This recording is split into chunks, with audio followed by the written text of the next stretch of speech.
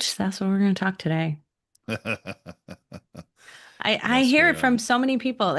And I was telling you this morning that I was like, this concept of burnout is so strong, but it's summer. Like, Well, this is I when think you should get recharged, right? you So should, let's but start the episode. I agree. Welcome to Feed Your Brand. I'm Tom Hazard, along with my co-host Tracy Hazard. Today we're to talk about podcast burnout. Spark your passion or burn, baby, burn. I can't Which tell is you. really terrible because, there's wildfires here right now. All right. Well, That was really yeah. not in good Sorry. taste, Well, if you're in a wildfire area, which we pardon are. our choice. Pardon our choice of Yeah, yeah. tagline. But the thing is that we are talking about burnout, which is entirely something different for us as individual podcasters, and we've seen it a lot. I mean, what have we talked about recently, Tracy? All these shows that had pod faded, and a lot of the common traits we saw in that. And if you haven't seen that episode, you need to go check it out. It was a very recent one, but today we're going to talk about really the things to avoid, some of the warning signs, some of the common things that we see, so that, I think for you existing podcasters, maybe you can understand and maybe course correct and try to avoid it. Or those of you that are just considering getting into podcasting, you know what you're getting into because, I think that's the biggest part of it is that so many people are not being honest about what they're going to get into as a podcast host. So there's so many services and companies that just aren't telling you the truth. And it's not going to work for you. And you're going to find that it fails. And then you're going to be in this like 1 foot in podcasting and 1 foot out. And that's this place that I want you to be all in or all out. And that's really what we're talking about here. Let this thing burn out completely, be done with it, make a decision, or go all in and ignite your passion for this and get excited about it. and Tracy, I think all too many new podcasters don't really know what it is to go all in. They do a few things and they think they've got a podcast. Ugh, They think yeah. that it's really out there and they're wondering why they're hearing crickets from people.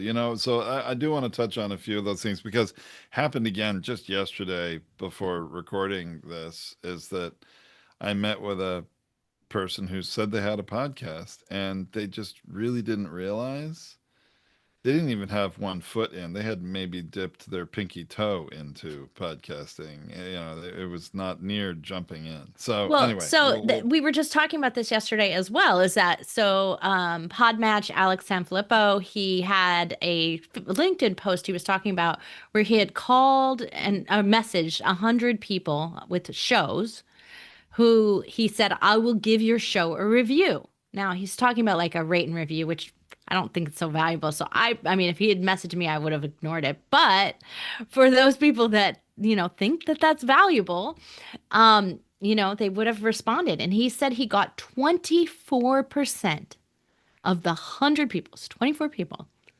24% responded with no link to their show. They said, yeah, review my show. No link to it, which he asked for, or a bad link. ah a bad link. Boy, talk about a shocking lack of So awareness about your own show. you're not podcasting. You're not serious about podcasting if you're in that 24%. Like, that's just not like you want people to do you a favor, but you can't even send them the link. And if you're sending them a bad link, you just really are not on top of Look, your I've made stuff. an oops on a link now and again, but you should realize it and come back and go oops and give them the right one, right? So, that happens, but 24% of them make an oops. That's just not, that just That doesn't happen statistically. that's shocking, Yeah. really. And And only 13% of them gave them their website, hmm, which is really low too. that actually No, it doesn't doesn't surprise surprise me. me, Right. but it's also another telltale sign of somebody that really And doesn't understand the potential of their podcast and right. how to raise awareness, It right? means that your podcast is not a part of your business. And if your podcast is not a part of your business, then it is never going to ignite In a good way, not the in a good way. burnout, Yeah, burn not baby in a burn. bad Yeah, way. yeah, yeah, yeah, yeah. All right. So Well, so I let's I get don't to I some have of it. trouble with burnout. Like I'm not the best person to be giving advice here Oh my because gosh. I don't have burnout. Like I don't, it's not my vocabulary. Like I just don't, I mean, look, don't get me wrong. I've decided to stop stuff. I decide to quit, but I don't burn out, like do something so much that I can't do it anymore. I mean, we've been podcasting a decade. And one show to another, right? I mean, we haven't Yeah. been doing the same show for that whole decade. But yeah, I agree with you. I mean, I think if you are a real podcaster, you enjoy the process and you want to keep doing it. Now, of course, there are some recommendations that, we have for avoiding burnout. And one of those is making sure you've really set up your systems and processes properly so that it isn't that difficult for you and you can focus on the fun part, right? Actually having these conversations. Yeah. I mean, I think that that's burnout happens when it's more agonizing to do it. Like it's more work to do it than it should be, right? And you know that consciously, right? You know you're doing mundane stuff like this email back and forth trying to get a schedule link going. Like just set up your darn calendar. Like go get somebody to do it for you. We have resources. Ask us. We'll tell you who And you we've can got a use. Get a step-by-step VA. guide for how to do it. We're not going to do it for you, but we can give you the roadmap, All you right. know? We've got a guide for it. We've got processes for it. We've got people who can do it for you.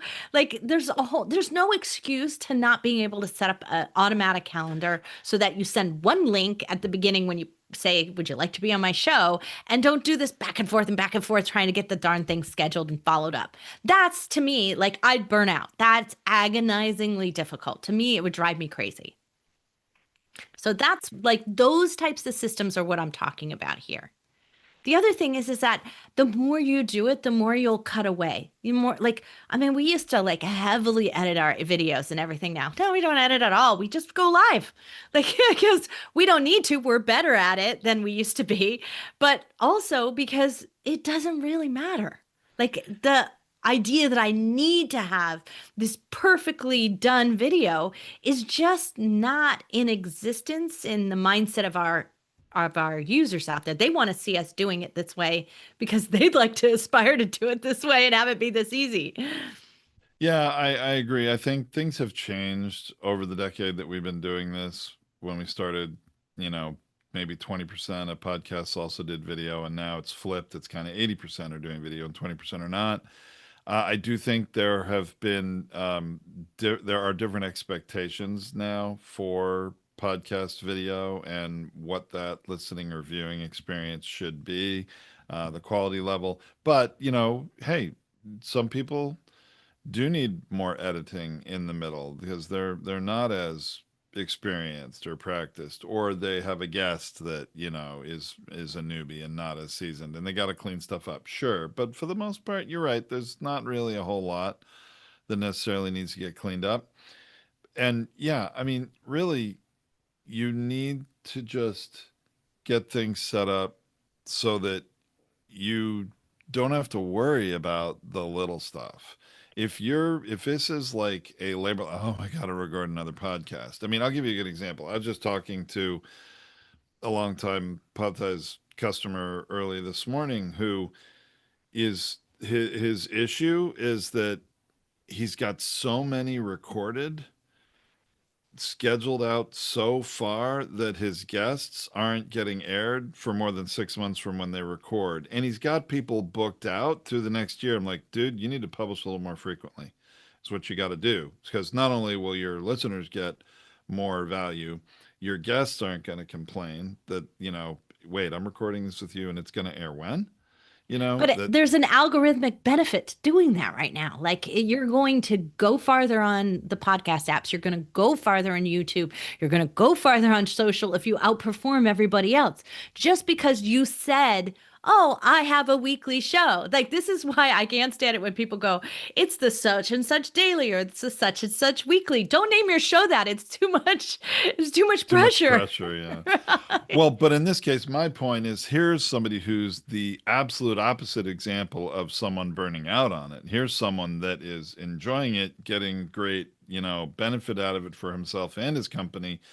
He's all into it, and he sort of has a different issue, but that's an issue that's pretty easily resolved, honestly. So, burnout, why does burnout happen, Tracy? Maybe we should, help reveal some of the things that we see in why people burn out, right? So, I mean, it's what I alluded to. It's like the repetitive tasks or too many steps, too many things in our system that cause resistance, right? This is like, I mean, when we used to deal with retail, right? You Yeah. want the least resistance possible to the sale, right? Anyone in sales, that's what you want. You want to create this frictionless process. But it comes with making a process. So, one of the things to recognize is where are you doing these redundant steps? Could you hand them off to someone else? Could you cut the steps? Smart cut. Shane Snow, one of my favorite interviews that I've ever done. I just adore that idea, the concept of smart cuts. It is still my favorite book over a decade later. And it is this idea that there is a better cut from one side to the other to get everybody what they want. So you aren't cutting out and like taking away from someone. Everyone wins in that process. That's the smart cuts model. And so thinking about that, there's got to be a process by which we do that. Now, sometimes, like when I'm setting up a show or when I'm starting through these processes, I have to do it for a little while before I see where the cuts can be made, where that path is. And lots of you don't do stuff yourself, so it doesn't help, right? So you don't have that picture on that other side of it. How do I cut this out? But sometimes doing that just makes the process that's frictionless. You're going to find the things that you don't want to do. And the things that you don't want to do, that's where you innovate. That's where you systematize. That's where you put somebody else in to make that happen for you. Didn't you interview Shane Snow on your I did. podcast, the Binge Factor? I did. I said that was my favorite interview. Okay, yeah. Well, we'll have to put the link for that in the Yeah, blog definitely. post for this episode on podcastersunited.org when it's out as a blog and a podcast, because that's if he's one of your favorite books, I think people should It's definitely a be good book. aware and listen to that one. Yeah. Uh, Well, I think a lot of people also, I see a lot of people burn out too early, too soon, not just because of not having all the systems and processes set up from the get-go, but they also have unrealistic expectations going into it. Do you think so, Tracy? Do you see that? I don't know if I would say that as burnout though, because they haven't given it enough effort to burn anything out. Like, so Well, to me, that's like, false start. they pod fade, I guess. I get maybe that's a fair point, Tracy. It may not be burnout as much as I guess not feeling a positive enough impact. So maybe what I was thinking there to talk about is not as much a indication of burnout as much as it is, false indication of either failure or not having it grow fast enough, things like that. But I do Well, think people start to think, gee, I'm doing all this work and I'm not getting anything out of it. I guess well, that's more what I'm and thinking so of. I would say that that's a case. Like they set this thing up to be too difficult. Like they like, oh my gosh, I need like a teaser and I need a segment for this, and I like they make it way more complicated, especially when they're starting than it needs to be. Grow into your complication, grow into the fancier production because you don't know if you're going to like it. So you're going to spend all this time and energy and money a lot of times building this into the perfect launch of the perfect show. And then you will burn out because it is way too much effort to do a show like that before you even have all your systems developed, before you have all these other pieces in place, before you know if you even like it. I agree.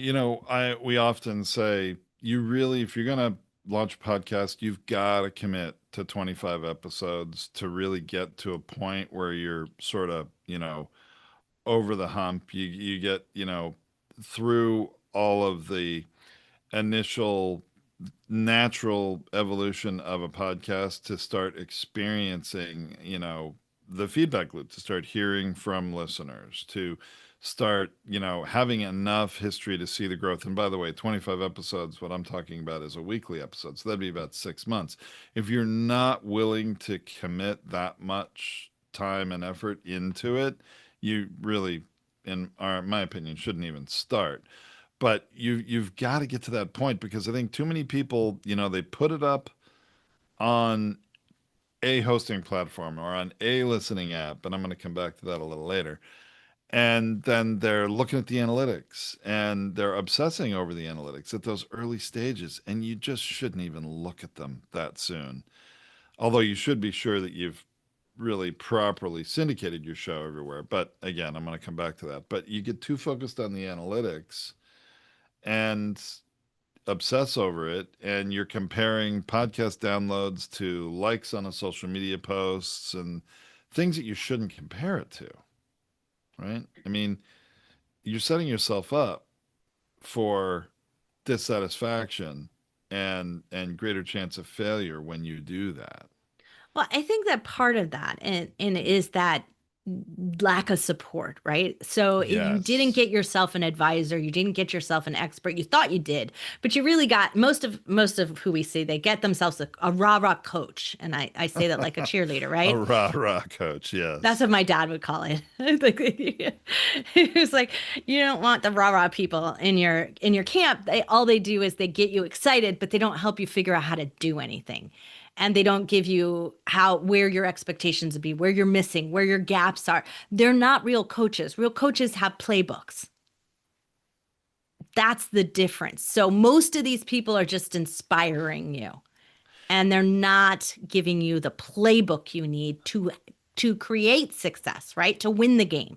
I agree. And I would also add to that and say they tend to give you a plan, and that is the path of least resistance to get you going and out there quickly, which is not usually the plan that's going to yield the greatest chance of success. Well, look, you're in the midst of doing a conversation with lots of podcast coaches, podcast strategists, podcast networks out there.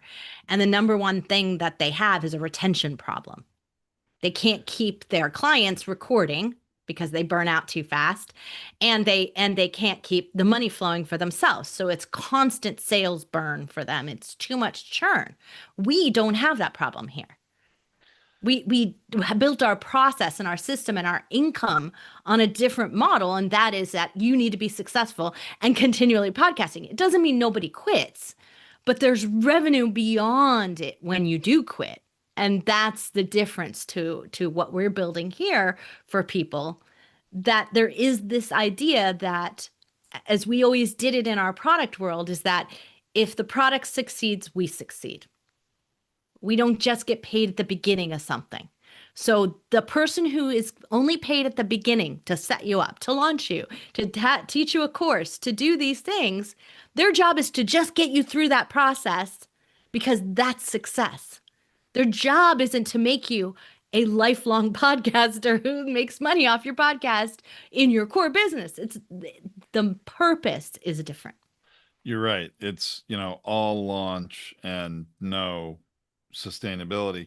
And the other, by the way, red flag about these kinds of podcast coaches are if they don't have their own podcast. Oh God. You know, They've already pod faded there's their own. Yeah. no, or there's so many that just don't have one. They're supporting other people, but and they have obviously their experience from their perspective of supporting others, but there's a big difference in having a podcast coach or a support system that actually is a podcaster and practices what they preach and also continues to learn. I mean, that's the thing, Tracy, over a decade, we've had many podcasts that we have each, launched and run their course and launched new ones. And it's different experiencing what's happening in 2025 than it was in 2015.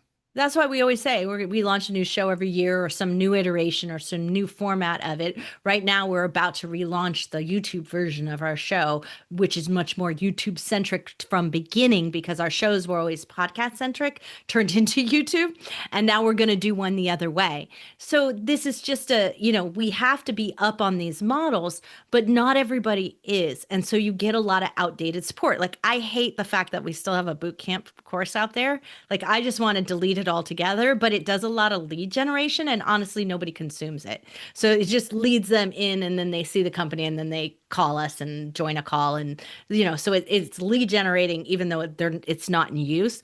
But the course is so outdated. Like it's outdated the moment we made it live.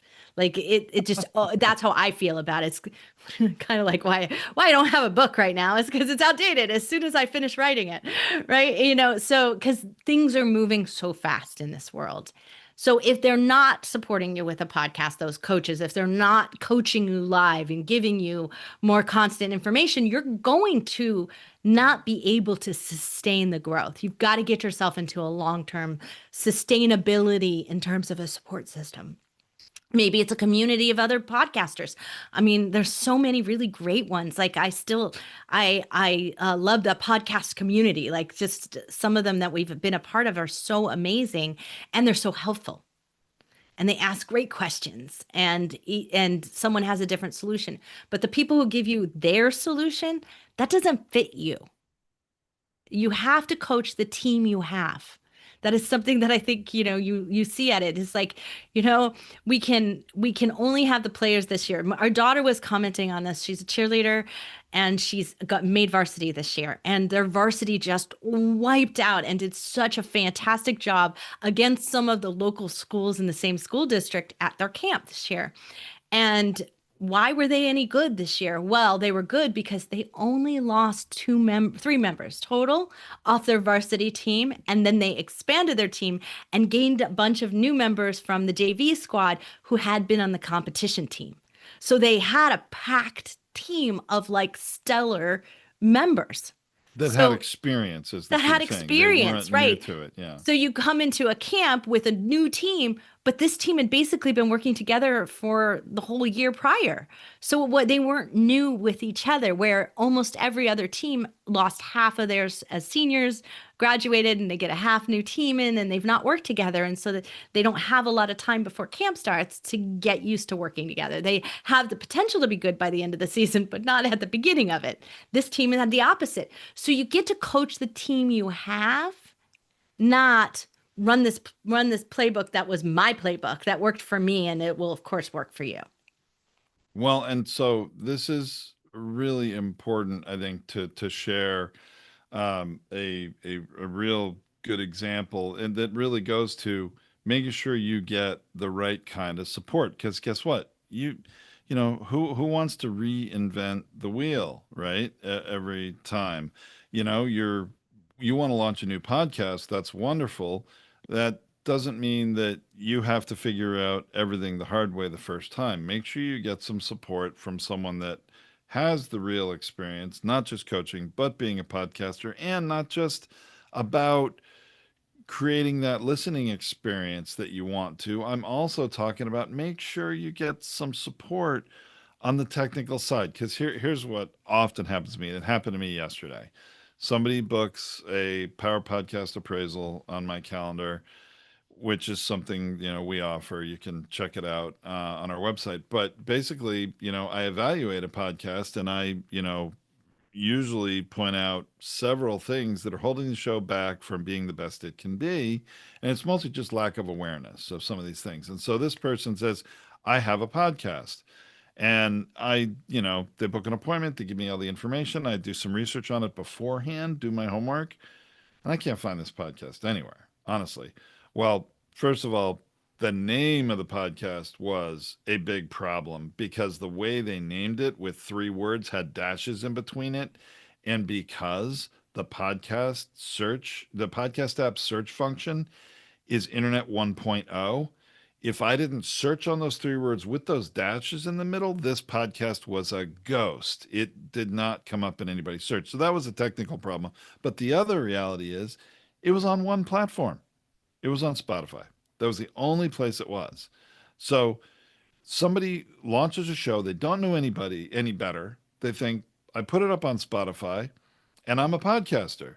And Or they put it Spotify, up on remember, has like YouTube. 10% of the audience that, that's For not that big. podcasts, for sure. For music, I think it's a little different. But for podcasts, it's definitely a smaller player. I don't even know, in my experience and looking at analytics of all the shows that we support, if it's even number two. I don't know that it really is all the time. Sometimes, but anyway, I think Apple, it's different by the podcaster, but I would agree with you. yeah, I think it's usually down on the list farther Apple than they by like. far is the number one listening destination. And so this show wasn't put on the, not only not put on the number one listening destination, it was only put on one. I think it was also on YouTube. Sometimes I see they either have a YouTube show and they say they have a podcast, or they put it on Spotify. And okay, technically you have a podcast, but it's not really out there. People don't realize there's a couple dozen listening apps your show should be on. And companies like Podfade, we go and do that for all of our customers, DIY or DFY.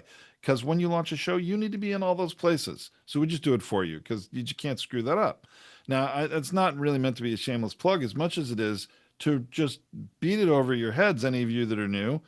Get some support. You don't have to go figuring out what are all the apps I should be on. Somebody can do it for you. It can be a podcast coach, could be a producer, could be, Your hosting your company. hosting company. Now, most of them don't do that all for you. You still have to do it. But there's no excuse for a podcaster if you're serious. I mean, if you're just playing around, then go play around. But if you're serious, get the support. And, for those things that you're not going to know straight out of the gate, you don't have awareness of, get support, because you otherwise you're just trying to run a marathon with one sneaker, instead of Well, two, no, I or think that, and I think that there's a case here, Tom, and this is what I do want to talk to, is the people out there, this next kind of type of person, this next type of burnout, is because you ran at full speed when it was a marathon. You ran a sprint good in the point. midst of a marathon, right? This is where you had too much complexity. You tried to pack too many episodes in. You did too much for the return on investment that you were going to get. And I'm a big fan of, like, let's do a slower burn, right? Let's start a little slower. Let's build up. Let's add the layers of it. Make sure we're seeing the return we expect from the time that it's taking us, and layer on these things over time. That is a much more sustainable way to keep that spark, that excitement that you have for your show, is to do it that way. So we kind of did that a little bit with our WTFFF 3D print podcast, where we were doing 5 days a week. And we did it for, a year. And then I think we it said, was 2 years we did that pace. yeah, before we might have slowed done 2 down. years. It, Yeah. it all blurs together after 10 It's a lot. It was decades. 10 years ago. Yeah. Yeah, I mean, we did 650 episodes for all of you out there. So we do know what we're talking about in terms of this. We have podcaster, who's joining us live today, who's done 1,000. We just recorded his 1,000 episode with him. So Scott Carson, the No Closer Show, fabulous show, 1,000 episodes. How do you not burn out about that? Because it is a lot. So you do at some point have to say, okay, that 5-day-a-week thing did what I needed it to do, which was get me to the top of the list. I'm outranking everybody else. I'm there. But it's also a lot of content. And I'm at a place where I could scale back a little bit because I don't need to cover these areas anymore. Maybe I can hit a cadence of 4 days a week, 3 days a week. Where is the cadence that's right for me and my audience? And ease into that and find out where that is. For us, we ended up around 2 a week is where we sort of ended up at our sweet spot. And then we just frankly got different business focus, which is what happens to a lot of people. And we decided that we needed to shut the show down. So we did one episode for a while. We did a limited series to show everybody how that works. And then we have no more, but we capped it and closed it. And so we're going to talk about, like, how to burn it out. Like, in a minute, I want to get to that. Like, what's the proper way to do that? But there's no reason for you not to slow things down and get to a cadence that works for you and your audience, because your audience would rather you show up than you overcommit to something that is taking too much out of you, taking too much out of your business resources, your personal time, your money, your energy. Yeah, and I do want, especially, new and aspiring podcasters out there listening to this episode, to really understand that kind of strategy of 5 days a week is something we decided to do. We had our reasons for it. It's not for everyone. Yeah, we have supported some others to do it, but I have to say, not so much in the last few years. Most shows, you need to do one a week to be serious and credible and build an audience. If you can front load 2 or 3 a week in the first 2 months, that is to your advantage to get more episodes out there quickly and sort of jumpstart, get an acceleration. If you can sustain 2 a week or 3 a week, wonderful. We do have some podcasters doing 5 days a week who still do. It just depends on your needs, your focus, and the community you're serving. But I don't want you all out there to think, geez, I need to do, 5 days a week, or even 3 days a week, or even, 2 days a week. But if you can, like I said, do a little more in those first couple months is just going to serve you really well to then dial back to one a week. But one a week is really the absolute minimum we recommend. Although I'll tell you, we do have some people that do every other week. It's a choice, not a requirement. You just So have to temper your expectations. Yeah, go ahead. back to this idea, Tom, of like, I'm going to call it conditioning, right? We were talking about coaches, right? You coach the team you have and at the level that they're at.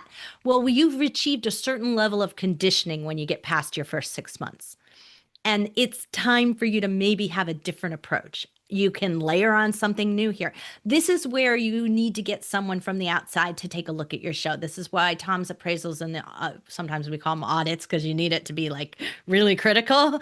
But either one of those, you need those things to come into play, because you need to have someone take a look at this and say, this is where I'm struggling. This is where I want to go. What's next for me? Right? You need to up your health, up your conditioning, up your strength, whatever it is you need, up your process, right? Up your system. So all of those things need to come into play at various times, and they're not ready for you at day one. When you try to put all those things in place, it's just not a great idea. It takes 10 times longer. You lose excitement for the idea that you have a podcast. You're not going for that.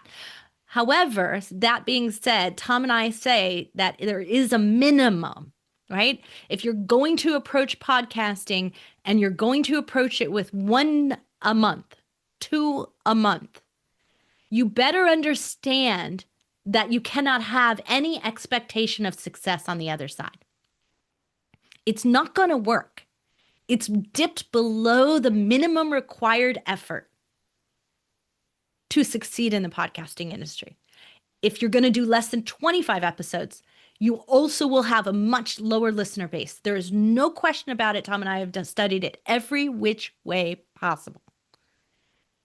When you hit 25 episodes, real podcast listeners, especially the ones that binge on shows, take notice. They wait to see if you hit 25. So you didn't even get played or considered by the most avid listener that would recommend you to the most people. You prevented yourself from even getting to those influencers. Tracy, I really couldn't agree more with what you're saying. In fact, I had someone come to me within the last year, a company, and they had their plan, and it was like a big deal for their company to launch a podcast, and they wanted to publish one a month. And I actually told them, don't even bother. I really did. And that was after listening to the full context of what their goals were. They were unrealistic and not in alignment with the level of work and commitment they were willing to put into the podcast. I was like, you're not going to achieve your goals. So I literally, I told them not only that we didn't want to support them doing that, but that it wouldn't work. I advised them not to do it, that they'd have to at minimum do every other week. And I really recommended, of course, one a week. And really haven't heard from them again. Now, of course, they're welcome to DIY it and do what they're going to do and publish one a month, or find some other company that's going to support them at one a month. But, we're really here to support serious podcasters and especially people in Well, business look, podcasting to achieve their goals. And we know what's going to work and what isn't. And look, I'm a big fan of content production in whatever capacity. And if you can do 12 blogs a year or 12 videos a year, like that's nothing, not nothing, right? Like uh, you're keeping your site alive. You're keeping yourself in the game, but you're only, as Tom put it before, dipping your pinky toe in. So your expectations can't be that you're going to rank on the first page of Google for your website doing 12 blogs a year. Like you're just not, because you're competing against people who do 12 blogs a day. That's just what an article site is, a news site. So you can't have this aspiration that you want to go up there and compete against VentureBeat or Wired, and you won't even produce one a month. So it's just not realistic to have those things. You have to be aligned with what your goal and what that content output is. I'm a fan of any content production you can do is you getting your message out. But let's be realistic about what that's going to do for me. So I mentioned before that we were going to revamp our YouTube. Well, we have 600 videos. So we got a lot of content to do. So we looked at that and we said, we've got 600 videos. If we take the time to put the system in place, republish 2 videos a day and 2 blogs a day, because we have to revamp both, and we put out dozens and dozens of shorts on each one. So we put out like 24 shorts, so 1 an hour, all day long, every single day. That's a lot of effort to put into it. And so we said, we're going to do it, and we're going to do it for 6 months. But here's the thing. I didn't put on the other side, I expect you to get me 1,000 views in a day. I expect you to get me so that I have YouTube monetization in 90 days. I didn't say that. I said, if you achieve it, to my team, I'm going to give you a bonus. I'm going to give you a cut of what we earn because you outperformed my expectation. My expectation is we're just testing this out. We're doing the research. We're seeing what we can do. And we're putting a system in place to do it so we can talk about that system in case somebody does want to do it. So now we have like how does it work? What do you do? What do you have to do to accomplish that? That's much more realistic to our output. The flip side of that, if I'm only going to do 1 a month, what is it going to look like? I only write 1 article a month now. I used to write 1 a week. If I'm only going to write 1 article a month, where am I going to put it so it has the biggest impact? All right, now I'm afraid we just overwhelmed all the now I'm afraid we just overwhelmed all the Yeah, new but podcasters who are thinking about getting going, and now they're thinking about, oh my gosh, my YouTube channel, I have to do what? So I mean, no, obviously, you don't have to do that. This is how we are going to approach it, because I have to reload 600 videos into a new site. And if I'm going to do it, I want to do it and see what kind of return I can get from it. That's it. But I don't have to record those 600 new every single day. Like I don't have to do that like you do if you're creating new content. So let's talk a little bit quickly before we end here today about this idea that we're burning out. We're flaming out right now. We're like at peak burn. You mean we're putting ourselves in the shoes of someone that is we're at this place. What should I do? And this is I've told this story, I don't know how many times. This is where I completely disagree with Greg Reed and 3 Feet from Gold. I believe that Greg failure. Didn't write that, by the way. Greg just talks about it a lot. He talks about it all the time. Yeah. But it is the name of his co-written book. But it's called 3 Feet. Oh, is it? Yeah. All right. Yeah. All right. But the original story is Napoleon Hill, though, isn't it? The original story is Napoleon Hill. Okay. But the lesson of that story is not that you should keep going. That's not it. And this is why this is my burnout conversation. This is not that you should keep going because, the green grass is on the other side. No, it's not.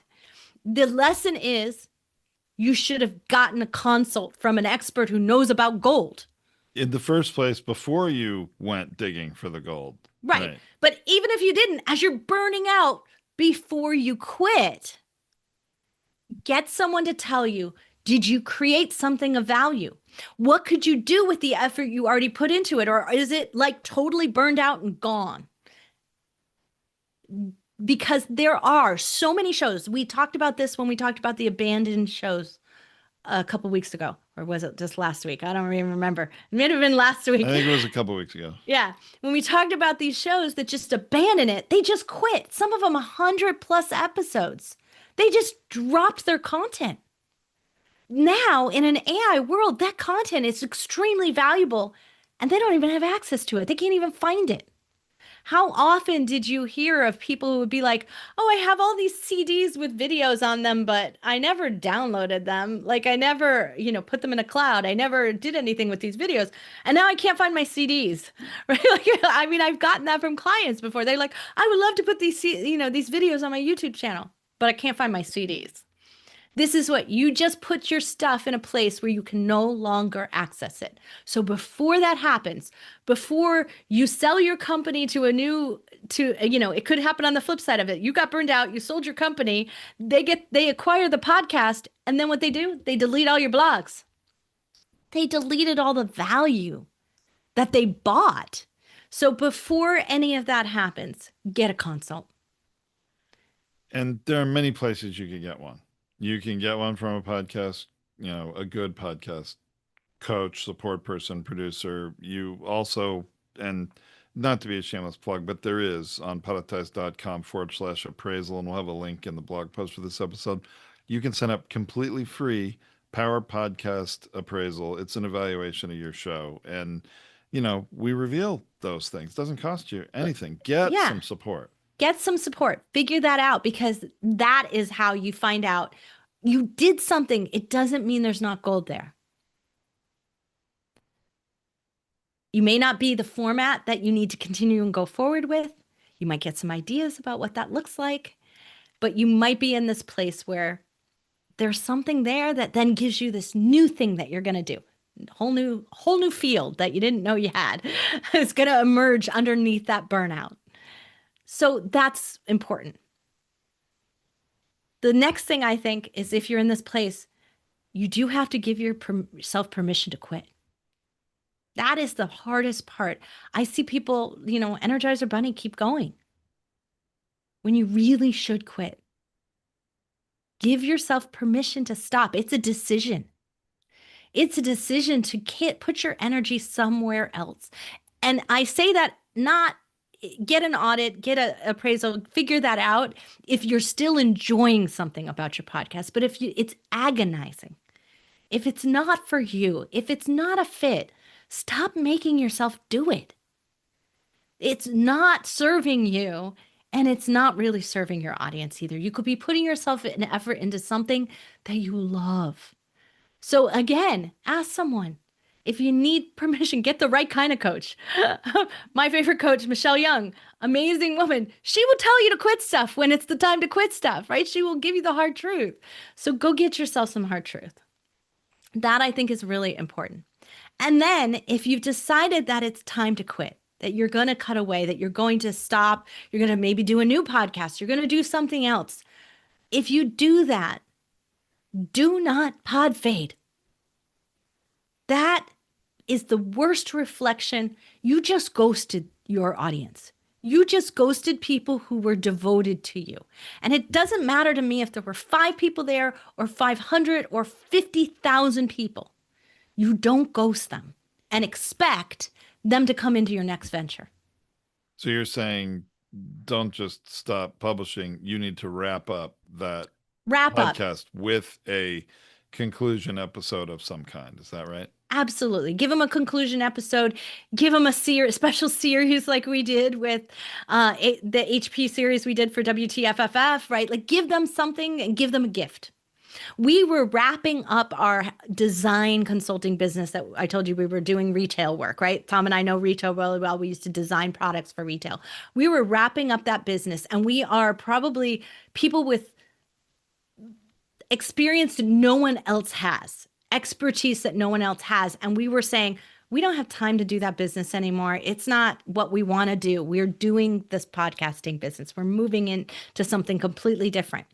And we gave them a 150 free episode gift with introductions on that podcast to every single one of our valued resource partners so that they could introduce themselves. So we gave them the gift of that.